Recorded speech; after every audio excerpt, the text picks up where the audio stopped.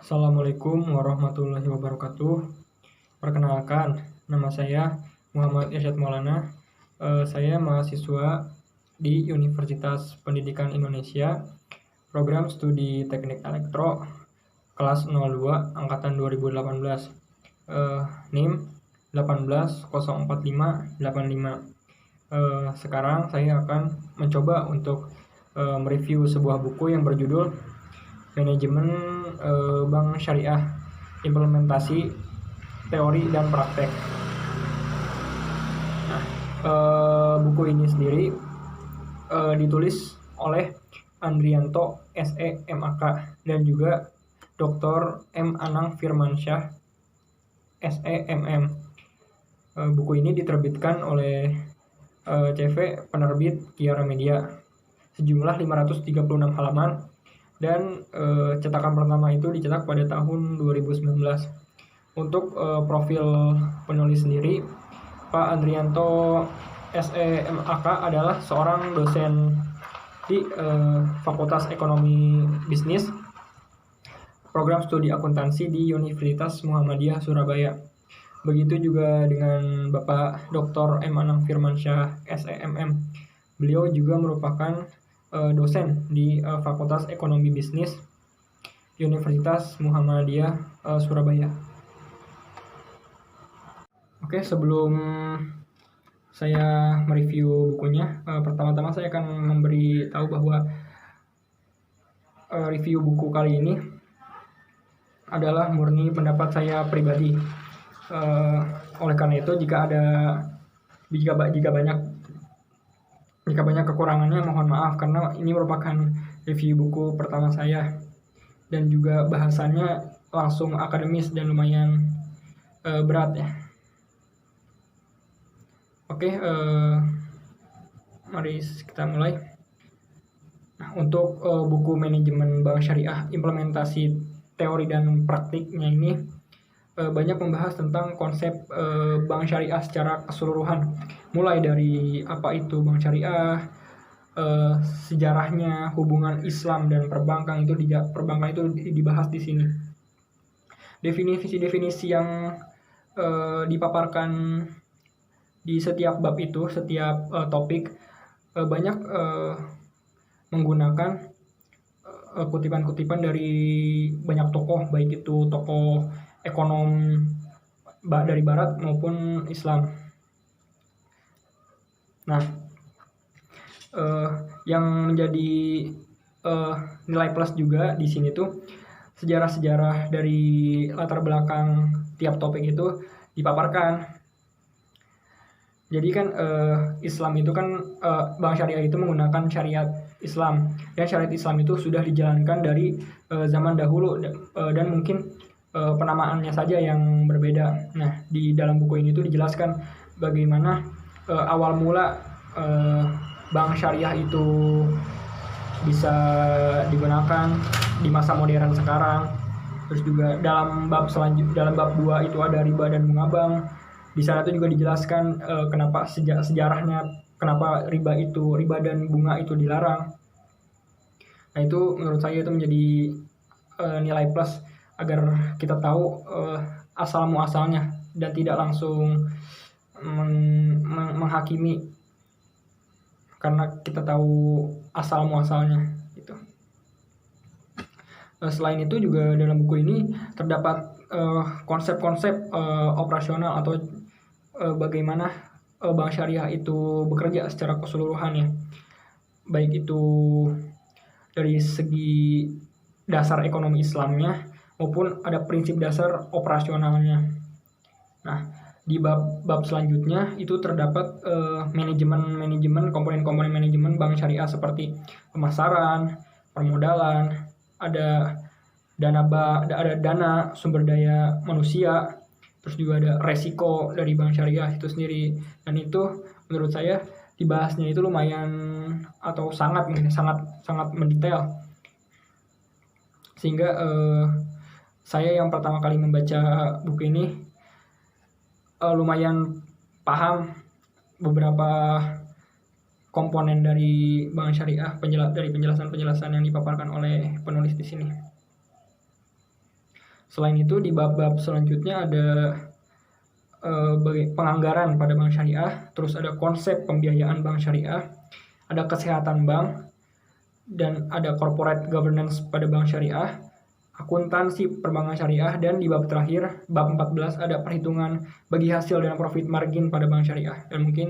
Dan di bab ini itu banyak dijelaskan perbedaan ya antara bank syariah maupun bank konvensional dari segi bagi hasilnya, bagi keuntungannya.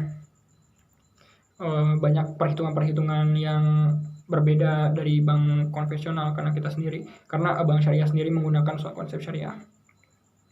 Nah, menurut saya pribadi, buku yang saya baca sekarang, yang saya review sekarang, itu penting ya untuk dijadikan referensi, terutama untuk mereka yang ingin mengetahui pengembangan ilmu tentang bank syariah.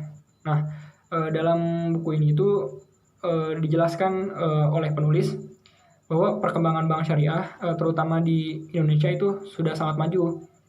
Nah, hal tersebut ditandai dengan berkembangnya pengelolaan dari manajemen dalam mengelola organisasi perbankan, terutama perbankan syariah. Nah, semakin keingintahuan masyarakat akan pengetahuan dalam bank syariah juga menjadi salah satu faktor kemajuan bank syariah di masyarakat. Nah, di buku yang telah saya baca ini dijabarkan akad-akad apa aja yang ada di lingkungan bank syariah, serta berbagai pengelolaan manajemen internal dalam bank syariah. Oke, tadi sudah saya paparkan sedikit tentang penjelasan dari buku manajemen bank syariah, implementasi teori dan praktik ini. Selanjutnya saya akan memaparkan kelebihan dan kekurangan dari buku ini. Yang pertama, kelebihan dari buku ini menurut saya adalah bahasa yang digunakan mudah dipahami. Bagi saya yang masih awam tentang dunia ekonomi, mungkin ada beberapa kata yang menurut saya kurang paham, tapi oleh penulis dapat dijelaskan dengan bahasa yang mudah sehingga saya lumayan mengerti tentang apa yang dibahas dalam buku ini. Selain itu, pembahasan dalam buku ini juga mendetail dan juga runtut, dari mulai definisinya, terus hubungan antara bab satu dengan bab yang lainnya, dan juga banyak dari bab-bab di sini tuh yang menjelaskan tentang sejarah dari topik yang dijelaskan oleh subbab ini. Misalnya tadi bank syariah, itu sejarahnya bagaimana bank syariah itu bisa diterapkan. Terus juga di bab 2 ada riba dan bunga bank, kenapa riba dan bunga bank tersebut bisa haram, kenapa bisa dilarang. Terus juga ada mungkin bisa ini seperti teknisnya. Di buku ini tuh banyak hal-hal yang teknis yang dipaparkan dalam buku ini, sehingga ketika membaca buku ini saya seperti diajarkan untuk mengelola suatu bank. Jadi menurut saya buku ini sangat selain bahasanya mudah dipahami, juga bahasanya sangat mendetail. Dan yang terakhir menurut saya kelebihannya itu terdapat banyak kasus yang sesuai dengan kehidupan sehari-hari, sehingga tidak melulu tentang teori yang dijelaskan dalam buku itu. Jadi terdapat kasus yang menurut saya mungkin saya sendiri pernah mengalami, dan ternyata di buku ini itu dijelaskan kenapa hal itu bisa terjadi, kenapa hal tersebut bisa di bab yang riba tadi bisa merugikan untuk saya, kenapa. Jadi itu juga merupakan nilai plus dari buku ini menurut saya. Lanjut ke kekurangan dari buku ini. Menurut saya kekurangan dari buku ini dari segi konteks ya.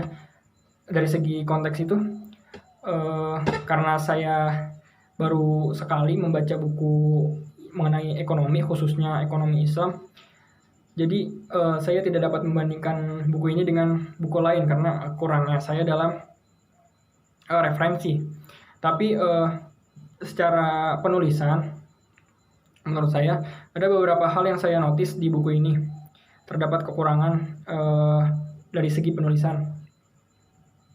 Di antaranya ada kata depan di yang digabungkan dengan latar tempat.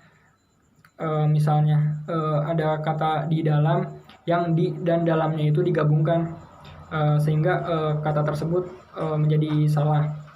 Dan ada juga yang ada kalimat yang diakhiri titik dan selanjutnya terdapat kalimat baru tetapi tidak ada jeda spasi, sehingga kalimat tersebut terkesan padat menurut saya. Dan yang terakhir itu terdapat kata yang salah penulisan. Nah, di sini salah satunya saya menemukan tulisan seperti mengkoordinasikan, yang tulisannya di sini mengkoordinasikan, yang seharusnya itu mengkoordinasikan. Itu salah satunya. Secara keseluruhan buku ini sangat-sangat saya rekomendasikan untuk kalian yang ingin mengetahui tentang konsep bank syariah. Itu karakteristik dan prinsip dasarnya, dan juga operasional yang digunakan dalam konsep bank syariah untuk menambah pengetahuan dan juga iman, sehingga kita dapat lebih percaya dalam menggunakan bank syariah, dan mungkin kita dapat beralih dari bank konvensional ke bank syariah. Mungkin itu saja dari saya, kurang lebihnya mohon maaf.